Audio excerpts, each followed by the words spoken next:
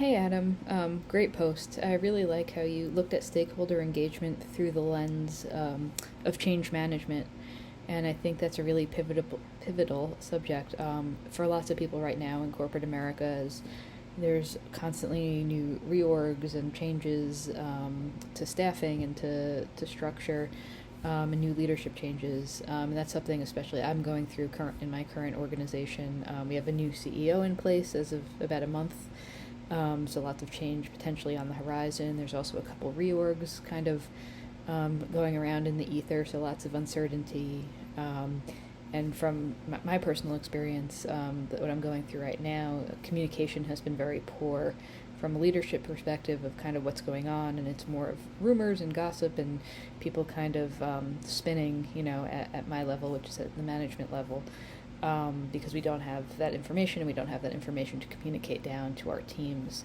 So with that, that does create, low engagement from a communication standpoint, right? And with that, creates stress for employees on top of the already day-to-day, stresses of the job. So I think being engaged and communicating effectively, especially during a time that's a little tumultuous or where there's change, is really important for leadership. So this I thought was really interesting, so I dug a little bit deeper on change management and found a 2013 study by Strategy and Katzenbach. They did a study which resulted in saying that the success rate of major change initiatives through corporations is only 54%.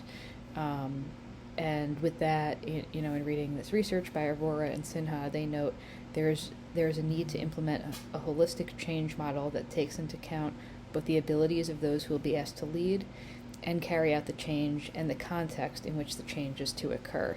So really that's saying that the communication is key, throughout these major changes. And with that, to your point, employee engagement, is important, during all this communication and all this change.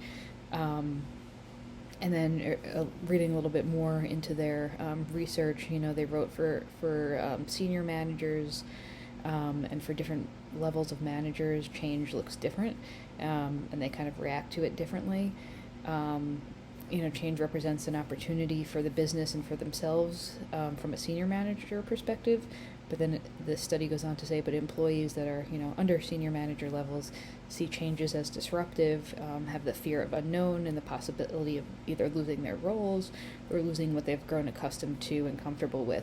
And that's kind of really what's happening in real life, with my example of, different people reacting differently to kind of these changes, and the unclear communication kind of causing, additional uncertainty.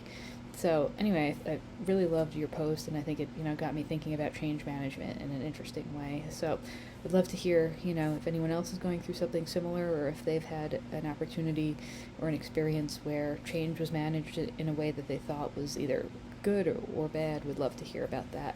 All right, thanks class. Bye.